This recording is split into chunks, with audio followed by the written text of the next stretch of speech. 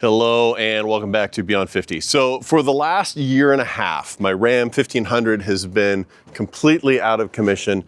Initially with a transmission issue that I thought I was just gonna fix, and then I let it sit around for a year and I didn't do anything with it.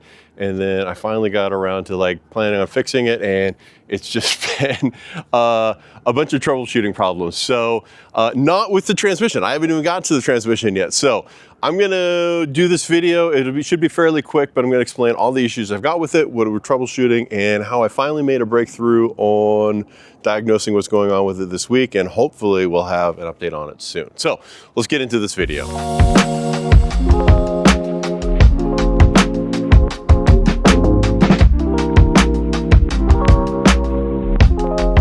So a little history. This is a 2009 Ram 1500. It's got the 5.7 liter HEMI engine.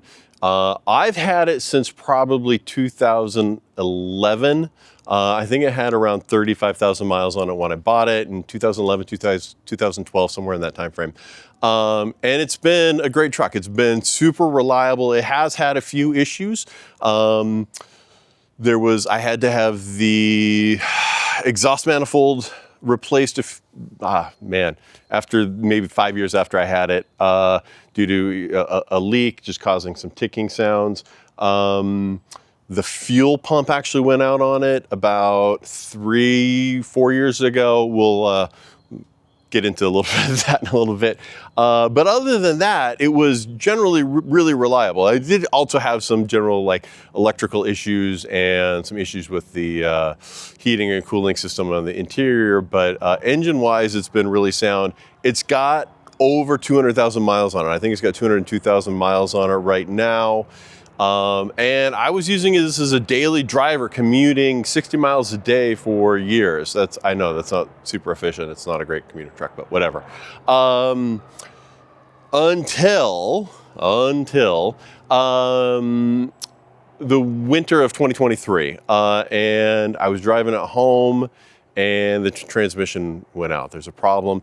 I'm gonna do a whole video on what's going on with the transmission, but I was able to limp home. It was just stuck in fourth gear, and I got up the next morning. I was like, all right, well, I turned it off. It seemed like just a glitch. Got up the next morning and it wouldn't shift into reverse, so I was kind of stuck at home. And that's how I ended up buying the Lightning, was because this guy had died on me completely. So I had thought, so I took it to a local shop that I went to regularly, and they quoted me close to $10,000 to replace the transmission. And that seemed like a lot for a vehicle that was maybe at best worth $10,000. It's a 15-year-old vehicle with 200,000 miles on it. I'm not going to be able to resell it for more than, so putting the repair cost into it for what it was basically worth didn't seem like the right decision. That's how I ended up buying then a new vehicle. And I thought, you know what? I've never done anything with transmissions before. I'm gonna tackle this, and I'll figure out how to fix it. And I just never got around to it. Some of it was procrastination. I didn't want to. It's a transmission. I didn't want to get under this in the gravel. This was obviously before my driveway was paved, and so I let it sit for about a year.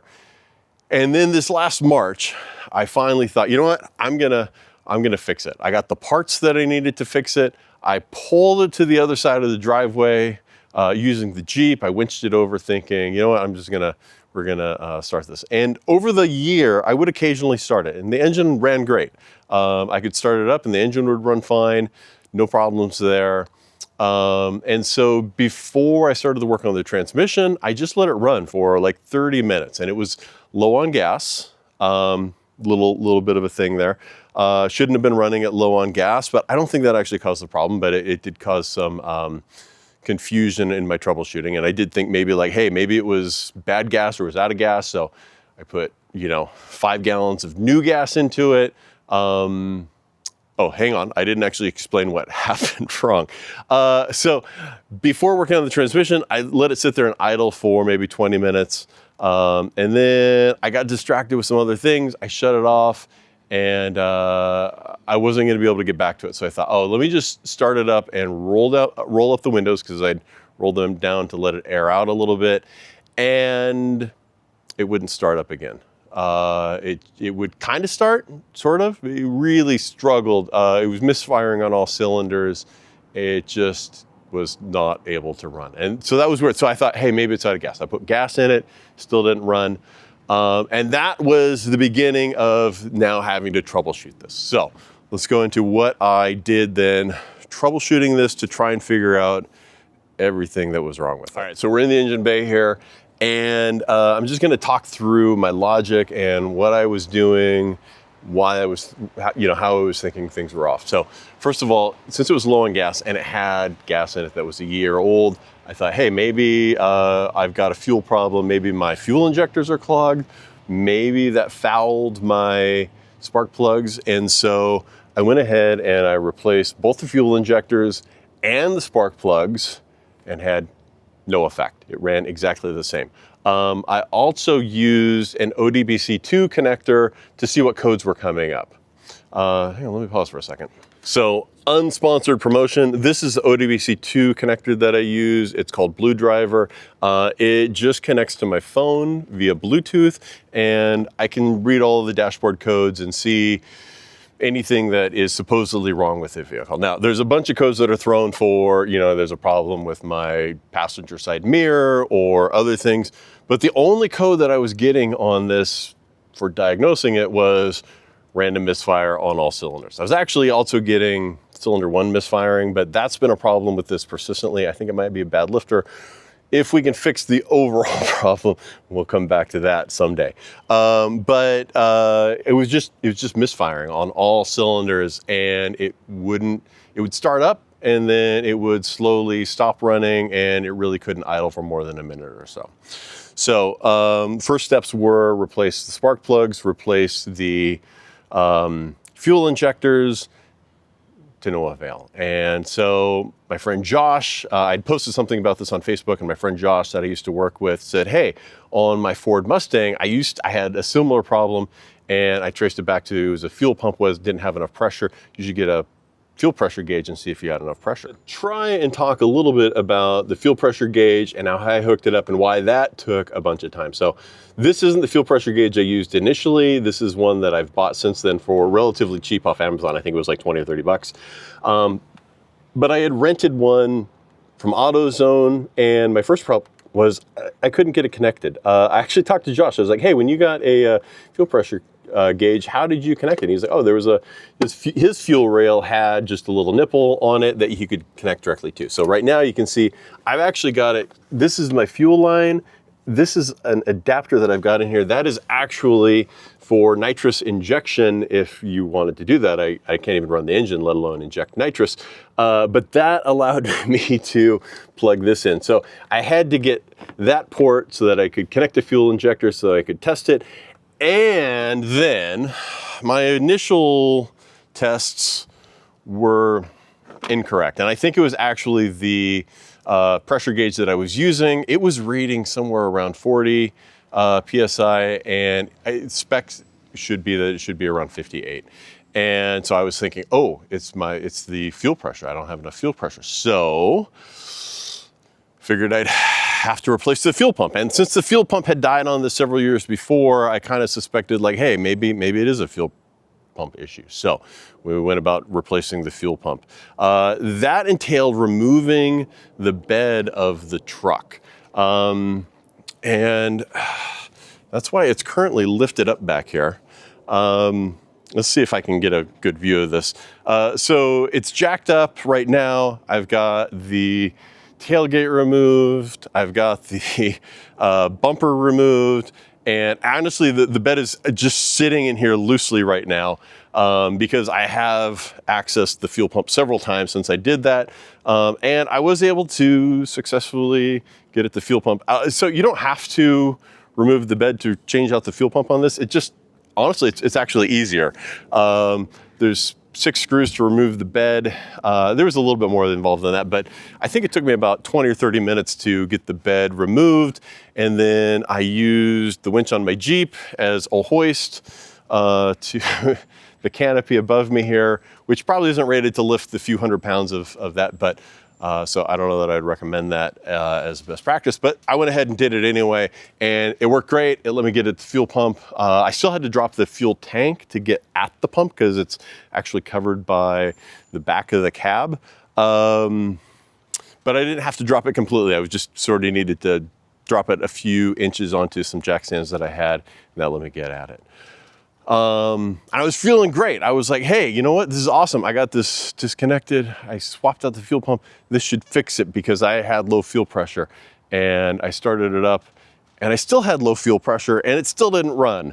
And so clearly the fuel pump wasn't the issue. And I think the way that I had that pressure gauge connected because I didn't have the right fittings. I had to use a couple extra fittings. And so I think those fittings were actually restricting the fuel pressure and giving me a bad reading. So now I've got a clean reading and it's actually good. And in additional troubleshooting, I connected the new fuel pump up directly to a 12-volt source. So I'm bypassing the fuel pump relay and so I get the same fuel pressure. So at this point, we've pretty much eliminated the fuel pump from the system. So what have we done? We've replaced the spark plugs. We've replaced the fuel injectors. We replaced the fuel pump, and it's still doing the same thing.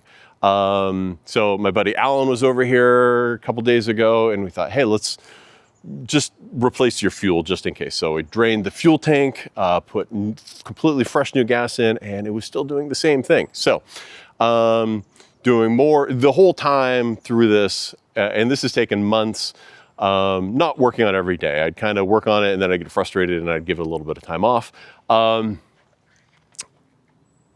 But I think yesterday, I finally figured out some clues. Not necessarily what is exactly going on, but we're definitely closer. So this has on the intake manifold what is called a MAP sensor. That stands for Manifold Air Pressure, MAP, and it measures the air pressure in your manifold. And so one of the internet, and when I say internet, I mean ChatGPT, but one of the internet suggestions was disconnect the MAP sensor and see how it runs after with it disconnected. And so disconnected the MAP sensor and it actually ran. It didn't run great because, hey, it can't measure the correct air pressure and adjust to that, but it actually would run. So when the MAP sensor is disconnected, the computer defaults back to a default profile for how much fuel pressure and air to mix in, and it doesn't use the pressure off of the pressure gauge. And that allowed the vehicle to actually run.